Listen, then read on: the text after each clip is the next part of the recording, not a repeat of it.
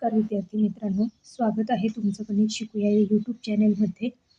विद्यार्थी मित्रांनो, आपण इयत्ता 10वी गणित भाग 2 यामधील प्रकरण 6 त्रिकोणमिती याचा अभ्यास करत आहोत. त्यामध्ये आपण त्रिकोणमितीचे उपयोजन या घटकाची माहिती घेतलेली आहे. तर त्यावर जी सोडवलेली उदाहरणे आहेत पुस्तकातली त्यांचा अभ्यास आपण करत आहोत. तर त्यातील आज हे दुसरं जे उदाहरण आहे ते काय आहे ते आपण अभ्यासणार आहोत. चला तर मग आता आजच्या व्हिडिओला आपण सुरुवात करूया. इथे उदाहरण क्रमांक 2 बघा.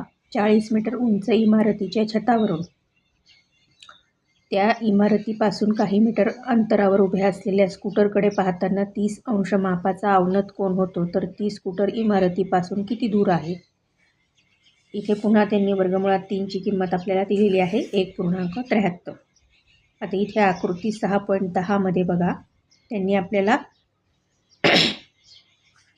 दाखवलेलं आहे की रेषा AB ही काय आहे? इमारतीची उंची आहे. आणि इमारत ही काय आहे? इमारतीपासून x मीटर अंतरावर C या ठिकाणी, या इमारतीपासून या C या ठिकाणी एक स्कूटर उभी आहे. म्हणजे ही C काय आहे? स्कूटर आहे असं समजायचं. आणि A या ठिकाणी तो निरीक्षक जो आहे तो उभा आहे. मग तो इकडे या दिशेला बघत आहे. मग AM ही काय झाली? क्षितिज समांतर रेषा झाली. आणि मग कोन MAC हा काय झाला? अवनत कोन झाला, कारण तो क्षितिज समांतर रेषेच्या खालच्या दिशेला बघत आहे. म्हणून कोन MAC व कोन ACB हे काय आहेत? व्युत्क्रम कोन हे आपल्याला लगेच लक्षात येते. मग आता हा जर 30 अंशाचा असेल तर हा सुद्धा किती असणार आहे? 30 अंशाचा असणार आहे. मग हे एकरूप असतात व्युत्क्रम कोन, हे पण आपल्याला माहीत आहे.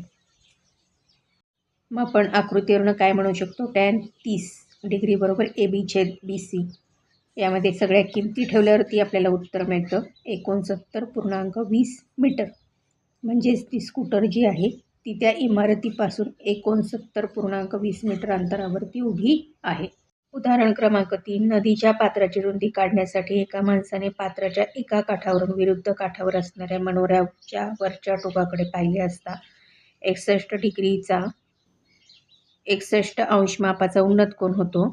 त्याच रेषेत नदीच्या पात्रापासून 50 मीटर मागे जाऊन पुन्हा मनोऱ्याच्या वरच्या टोकाकडे पाहिले असता 35 डिग्री मापाचा उन्नत कोन होतो. तर नदी पात्राची रुंदी आणि मनोऱ्याची उंची काढा. तिथे tan 61 डिग्री त्यांनी किती दिले? 1.8. आणि tan 35 डिग्री किती म्हणजे किती? 0.7 हे त्यांनी आपल्याला दिलेलं आहे. आता इथे आकृती तर तुम्हाला दिसत आहे. आता AB काय आहे? रेख AB ही पहिल्या तीरावरील मनोरा दाखवते आणि A हे मनोऱ्याचं टोक आहे. BC ही काय आहे? नदीच्या पात्राची रुंदी आहे. मनोऱ्याची उंची h मीटर व नदी पात्राची उंची x जर मानली तर आकृतीवरून आपण काय म्हणू शकतो? tan 61 डिग्री बरोबर h/x. म्हणून 1.8 बरोबर h/x.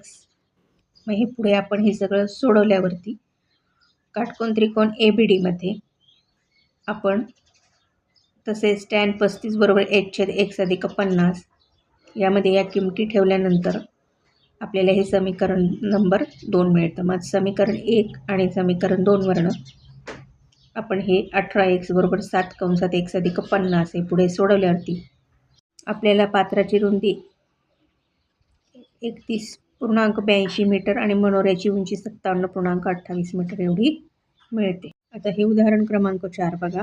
रोशनी घराच्या दारात उभी होती. घरापासून थोड्या अंतरावरील झाडाच्या शेंड्यावर एक गरुड बसलेला तिला दिसला. तेव्हा तिच्या दृष्टीचा उन्नत कोन 61 डिग्री होता. तो आणखी नीट दिसावा म्हणून ती घराच्या 4 मीटर उंचीवर असलेल्या गच्चीवर गेली.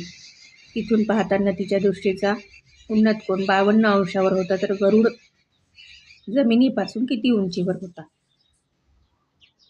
इथे उत्तर जवळच्या पूर्णांकात त्यांनी काढायला सांगितलं आहे. इथे आपल्याला tan 61, tan 52,